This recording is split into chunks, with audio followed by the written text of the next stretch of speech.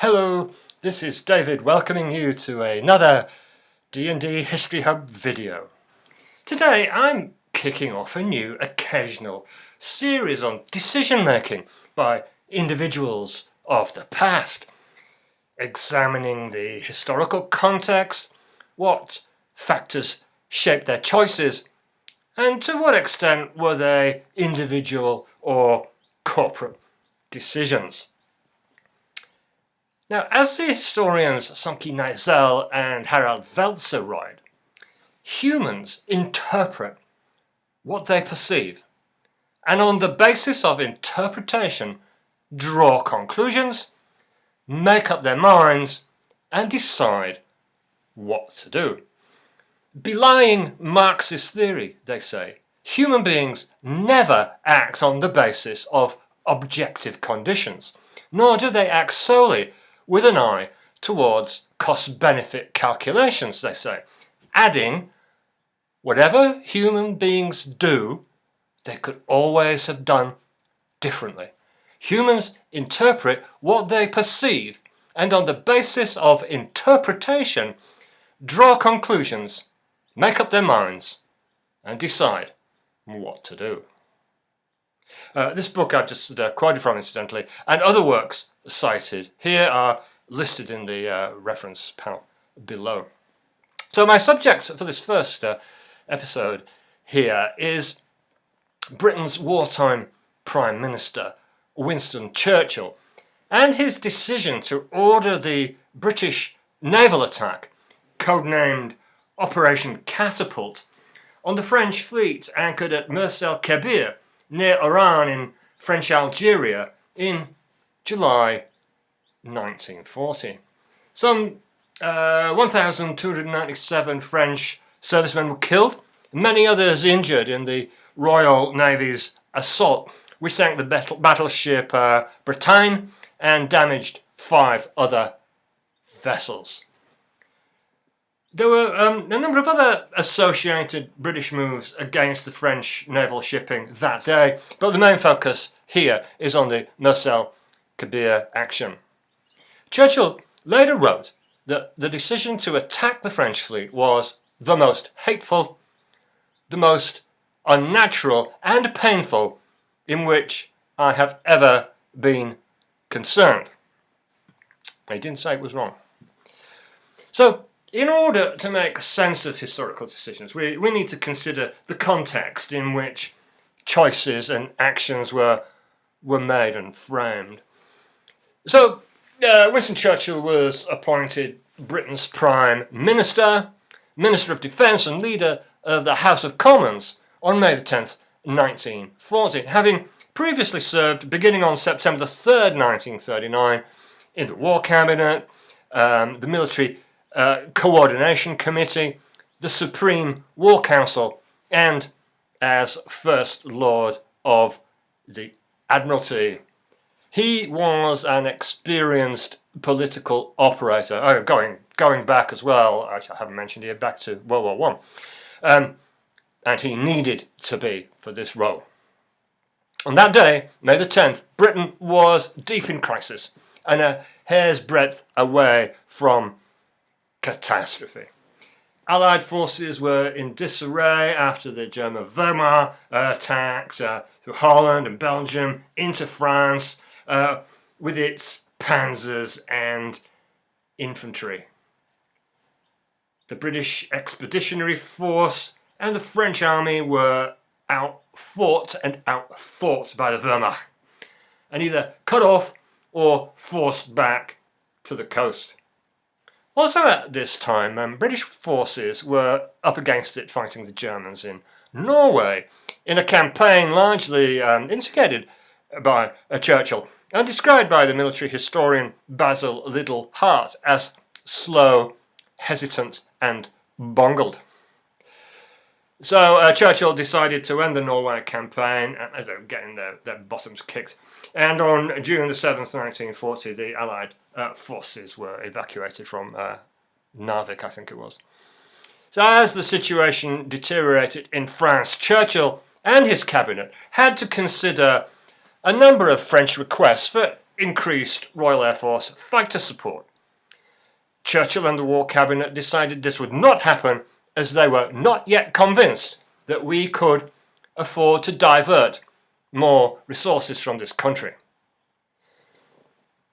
At this time, concern was growing that Britain itself would soon be attacked, so more effort would be needed to shore up homeland defences, including keeping fighter aircraft there at readiness. On the morning of May 15, France's Prime Minister Paul Reynaud phoned to tell Churchill that the Germans had broken through at Sedan. The road to Paris was now open and the battle was lost, he said. By May the 20th, Churchill thought it likely that considerable numbers of Allied troops would either be cut off in France or driven to the sea. Churchill told War Cabinet that, as a precautionary measure, the Admiralty should assemble a large number of small vessels in readiness to proceed to ports and inlets on the French coast. And the mass of British troops and their allies were now in full retreat to the coast and falling back on Dunkirk, of course. And between May the 26th and June the 4th, Operation Dynamo saw the evacuation from the beaches and harbour at Dunkirk of more than 330,000 British and Allied troops. That's a hell of a job. On June the 4th, Churchill told Parliament, "We must be careful not to assign to this deliverance the attributes of a victory. Wars are not won by evacuations." Then between May the 16th and June the 13th, Churchill flew 5 times to France and back for increasingly despondent meetings with the French leadership. Although Churchill expended much energy on these meetings, he was attempting to cajole the French into prolonged resistance and declaring that the British people will fight on until the New World reconquers the Old. So I think there was a fair bit of physical courage in those flights as well. On one occasion coming back, they had to dive down to Churchill's aircraft, dive down to sea level. There's some measurements around. Pretty dangerous.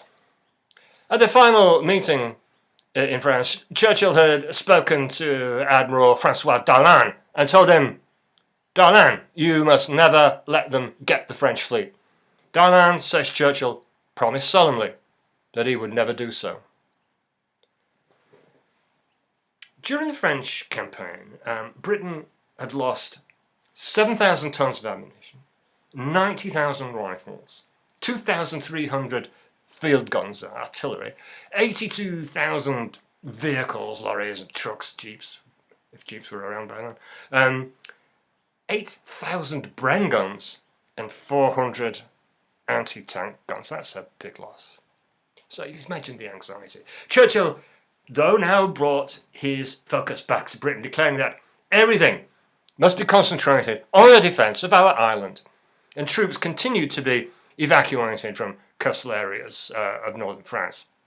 Then on June the 10th, Paris had been declared an open city, and on June the 16th, the French asked for an armistice with Germany. This was signed on June 22 and came into effect on June the 25th. Philippe Pétain was appointed Chief of State of Vichy France. Britain was alone. The pressure was intense. There was a shortage of armaments, Luftwaffe, air raids were increasing. The Battle of Britain was about to begin. There was genuine concern that Hitler planned to invade in the near future. So it was now that the fate of the French fleet became an overriding concern. Churchill wrote to Pétain and Marshal Weygand, insisting that they should not injure their ally by delivering over to the enemy the fine French fleet. Such an act, he wrote, would scarify their names for 1,000 years of history. Churchill wrote that the possible addition of the French Navy to the German and Italian fleets confronted Great Britain with mortal dangers. Article 8 of the armistice prescribed that the French fleet shall be collected in ports to be specified and there disarmed under German and Italian control. It was therefore clear, he said, that French war vessels could or would pass into that control while still fully armed. It was true that the German government said they had no intention of using the fleet for their own purposes, Churchill wrote, but added, who, in his senses, would trust the word of Hitler after his shameful record and the facts of the hour? Also, noted Churchill, the armistice could at any time be voided on the pretext of non-observance. At all costs, at all risks, in one way or another, we must make sure that the Navy of France did not fall into the wrong hands and there perhaps bring us and others to ruin, he said. It must be neutralized or destroyed. The life of the state and the salvation of our cause were at stake, he wrote. No act was ever more necessary for the life of Britain and for all that depended on it. It should be noted here, with all the decisions, including Mers-el-Kébir, that Churchill was fully supported by the ministers of the War Cabinet, who had resolved that all necessary measures should be taken. So since this was a Churchill leading it, no doubt about it, but it was a corporate decision. So Operation Catapult, which comprised the simultaneous seizure, control or effective disablement of all the accessible French fleet, began on July 3 when, in a surprise action, all the French vessels at Portsmouth and Plymouth were taken under British control. Meanwhile, Force H, commanded by Vice Admiral Somerville, and including the battle cruiser HMS Hood, battleships Valiant and Resolution, the aircraft carrier the Ark Royal and 13 other warships sailed from Gibraltar to Mers-el-Kébir and Oran. The French Fleet Command was to be offered several choices designed to neutralise their ships, including joining the British, sailing with reduced crews to British ports or to the US. Failing that, the French could scuttle their own ships. Admiral Somerville added that failing this, told this to the French, I have the orders of His Majesty's government to use whatever force may be necessary to prevent your ships from falling into German or Italian hands. None of these options was taken up. The fleet was subsequently attacked. Afterwards, Churchill addressed Parliament, explaining the action and setting it in the context of what he said may be the eve of an attempted invasion or battle for our native land. At the close, members of Parliament, almost to a man, gave him a standing ovation. Churchill said he was sure that the elimination of the French Navy by violent action produced a profound impression in every country. It was made plain that the British War Cabinet feared nothing and would stop at nothing, not just about neutralising the fleet, but also sending a message to friend and foe. Was Churchill right in ordering the destruction of the French fleet? Well, the British military historian Sir Basil Liddell Hart, he thought not. He said, fear proved in the long term to be a bad counsellor, he wrote. Admiral Somerville himself declared that it was the biggest political blunder of modern times and would rouse the whole world against us. We all feel thoroughly ashamed. Later, the French Navy pointed to the actions of Germany on November 27, 1942. This was an attempt to capture the French fleet based at Toulon as part of the military occupation then of Vichy France. And the French scuttled all ships of any military value. And this was evidence, they said, that they had no intention of surrendering them to Germany, and that the action at Mers-el-Kébir was an unnecessary betrayal. According to the historian Richard Lamb, the order to sink the French fleet was Churchill's greatest blunder, and indirectly led to thousands of British casualties in the subsequent Syrian campaign. Was Churchill correct? Did he make the right decision? We don't know what would have happened had he not ordered the destruction of the French fleet. This is a kind of an unknown. The Nazis could have used it to interdict shipping in the Atlantic and the Mediterranean, further afield, even in the Indian Ocean. It could have been used as seaborne artillery to support an invasion in Operation Sea Lion, for example. Could be. Maybe they would, maybe they wouldn't. But could the British afford, at that time, in that place, in that context, could they take the risk of not neutralising it?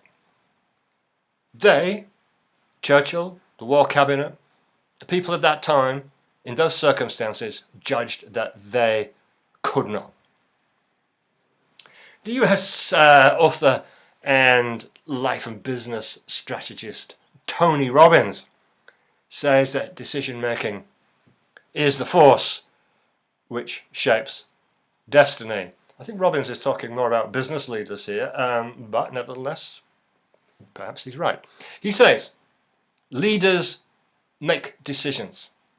They have the guts to make the more difficult decisions that no one else has the guts to make.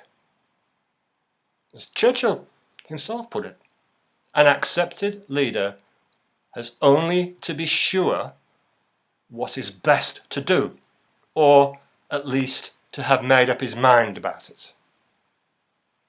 The context of decision making is important. I've tried here to sketch in the context, pointing to defeats in France, the frightening speed of the German advances, Belgium and France, the growing war in the air, Britain denuded of armaments, and what seemed a real possibility, a real threat and a real fear was an invasion of Britain itself. Perhaps the current Prime Minister of Britain, Boris Johnson, is on the mark when he says this. It was Churchill's duty as Prime Minister to remove any threat to his country's independence, and he was right to be ruthless at Mers-el-Kébir, because the following week there began the Battle of Britain.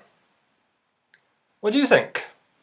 Love to know. Please tell me if you feel like it in the comments section below. Thank you for watching, and please give us a like and consider subscribing if you feel it's of any worth to you. Goodbye.